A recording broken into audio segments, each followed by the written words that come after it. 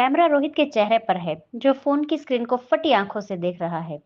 Video में 6 साल पहले का मंडप दिख रहा है। सन्नाटा है। आदित्य, जो उस वक्त बहुत छोटा था, चुपके से आता है और अनिका के शरबत में सफेद पाउडर मिला देता है। रोहित कांपती आवाज में, आदित्य, मेरा अपना भाई, उसने ये सब क्यों किया? वो तो अनिका को अपनी बहन मानता था। रोहित गुस्से में अपना ड्रिप निकाल फेंकता है। वह कमजोरी के बावजूद बेड से उतरता है। उसके दिमाग में सिर्फ एक ही बात चल रही है, अमृता यानी कि अनिका खतरे में है। जिस गार्डियन पर वो भरोसा कर रही है वही उसका असली शिकारी है। आदित्य एक अंधेरे कमरे में खड़ा है। उसके सामने कामिनी और कुणाल डरे हुए खड़े हैं। आदित्य के हाथ में एक सर्जिकल चाकू है। आदित्य कहता है, तुम दोनों ने अमृता की पहचान खोलने की कोशिश की, बहुत बड़ी गलती की। अब तुम वही करोगी जो मैं कहूंगी। कल सुबह अमृता का एक्सीडेंट होना चाहिए, ऐसी मौत कि किसी को शक ना हो। कुणाल कहता है, पर क्यों? तुम तो उसकी मदद कर रहे थे। आदित्य पागलों की तरह हंसते हुए, मदद? मैं उसे इस्तेमाल कर रहा था, रोहित को बर्बाद करने के लिए।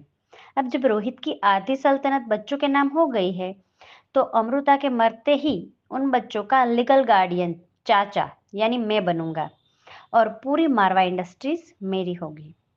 अमृता अपने बच्चों को स्कूल के लिए तैयार कर रही है। तभी उसे आदित्य का फोन आता है। आदित्य कहता है, अमृता, कुणाल ने शहर छोड़ने का फैसला किया है। वह तुमसे मिलकर माफी मांगना चाहता है और कुछ पुराने पेपर्स देना चाहता है। वह शहर के बाहर पुराने हाईवे वाले कैफे में तुम्हारा इंतजार कर रहा है। अमृता को कुछ अजीब लगता है। आदित्य की आवाज में आज वही फिक्र नहीं थी। वह फोन रखती है और अपनी कलाई का वो निशान देखती है। उसे अपनी माँ की एक बात याद आती है, बेटा, साया हमेशा साथ देता है पर रोशनी जाते ही साथ छोड़ देता है। अमृता अपनी कार चला रही थी। तभी पीछे से एक ट्रक तेजी से आता है और उसकी कार को टक्कर मारने की कोशिश करता है। अमृता कार की रफ्तार बढ़ा देती है। ट्रक उसे दबाने की कोशिश कर रहा है।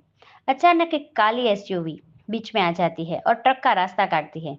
एसयूवी से गोलियां चलती है और ट्रक का टायर फट जाता है। ट्रक पलट जाता है। अमृता झटके से ब्रेक मारती है। एसयूवी से रोहित बाहर निकलता है। उसके सिर पर पट्टी बंधी है और वह जख्मी है। अमृता हैरानी से, रोहित, तुम यहाँ कैसे और ये सब क्या है? रोहित चिल्लाते हुए कहता है, अमृता, मेरे पास आओ, आदित्य ने तुम्हें मारने का प्लान बनाया था। वो गार्डियन नहीं, वो शैतान है। तभी वहां आदित्य अपनी टीम के साथ पहुंच जाता है। उसके हाथ में गन है। उसके साथ कामिनी और कुणाल भी है। आदित्य कहता है, बड़ा भाई होने का फर्ज निभा दिया रोहित, पर अब बहुत देर हो चुकी है। अमृता, तुम्हें क्या लगा कि तुम एक हारे हुए मोहरे की मदद से मुझे हरा दूंगी?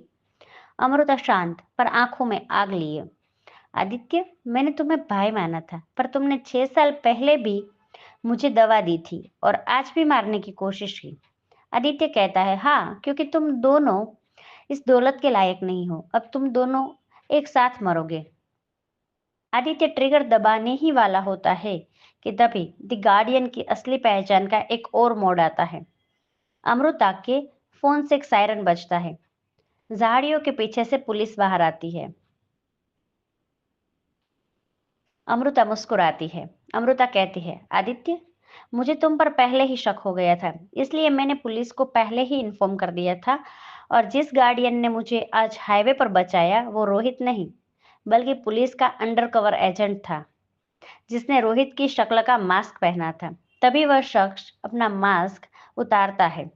रोहित असल में हॉस्पिटल में ही है, पर असली ट्विस्ट यह है कि कामिनी अचानक गन छीनकर अमृता की तरफ तान देती है। कामिनी कहती है, अगर मैं नहीं जीतूंगी तो कोई नहीं जीतेगा। गोली के चलने की आवाज आती है। आगे क्या होता है जानने के लिए सुनते रहे अधूरी शादी ऑन फ्री स्टोरी एफएम।